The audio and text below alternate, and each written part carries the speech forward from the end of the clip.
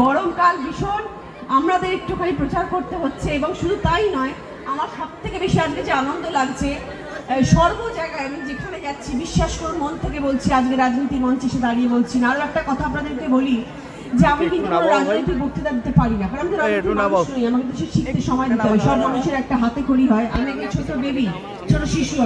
আমাকে ধীরে ধীরে শিখতে হবে, ধীরে ধীরে এগোতে হবে। সকলের সাহায্য নিয়ে, সকলের আশীর্বাদ নিয়ে আমি এগিয়ে যাবো আশা করি। কিন্তু এই যে মানুষের ভালোবাসা আমি পাচ্ছি, এত গরম ছিল আজকে সারাদিন।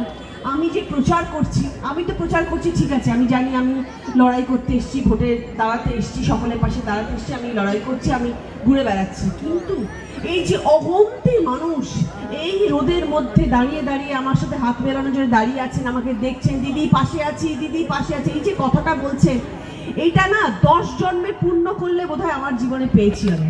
তা না হলে মানুষের এইরকম ভালোবাসা অসম্ভব পাওয়া, অসম্ভব। একজন মানুষ হাত ধরে আমার কাছে কাঁদছেন, চোখের ধারা দিয়ে জল পড়ছে, দিদি তুমি এসেছো আমাকে দেখো। এইটা যে কত বড় পাওয়া, আমি জিতবো হারবো সেটা অনেক পরের ব্যাপার। এইটাই পরম প্রাপ্তি আমার জীবনে, আমার জন্মের পরম প্রাপ্তি, যে মানুষের আশীর্বাদ আমার সাথে রয়েছে, আর আপনাদের সকলের ভালোবাসা আমার সাথে রয়েছে। আমি এর থেকে বেশি আর কিছু চাই না। আপনারা সবাই ভালো থাকুন, সুস্থ থাকুন, এটাই বলবো। ওটার পরিপ্রেক্ষিতে এই কথাগুলো বললাম যে আপনারা সুস্থ থাকবেন, কারণ প্রচন্ড গরম পড়েছে।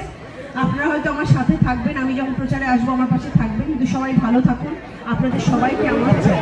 দিদি, বেগমপুর ক্লাস্টার নিয়ে যেটা বললেন, কি বলবেন? আমি ভীষণ খুশি, আমাদের দিদি তো আছেনই মানুষের জন্য, করার জন্য, মানুষের পাশে দাঁড়ানোর জন্য, মানুষের দুঃখ দুর্দশা শোনার জন্য এবং মানুষকে সাহায্য করার জন্য আমাদের পশ্চিমবাংলার একমাত্রই আছেন দিদি। দিদি করে যাচ্ছেন এবং সব রাধিদের জন্য ক্লাস্টার তৈরি করে দিয়েছেন, সেই দিদিই তো করেছেন। এত হুগলির বড় লোকসভা কেন্দ্র এবং সেখানে কর্মী সমর্থকরা বলছেন যে বিপুল ভোটে আপনি জয়ী হবেন। জিতে আসার পর আপনার প্রথম প্রায়োরিটি কি থাকবে? প্রথম প্রায়োরিটি হবে হচ্ছে সবার সাথে আগে দেখা করবো, সবার সাথে আগে গল্প করবো, সবার সাথে পরিচিতি করবো, সেটা হচ্ছে সবার আগে কাজ।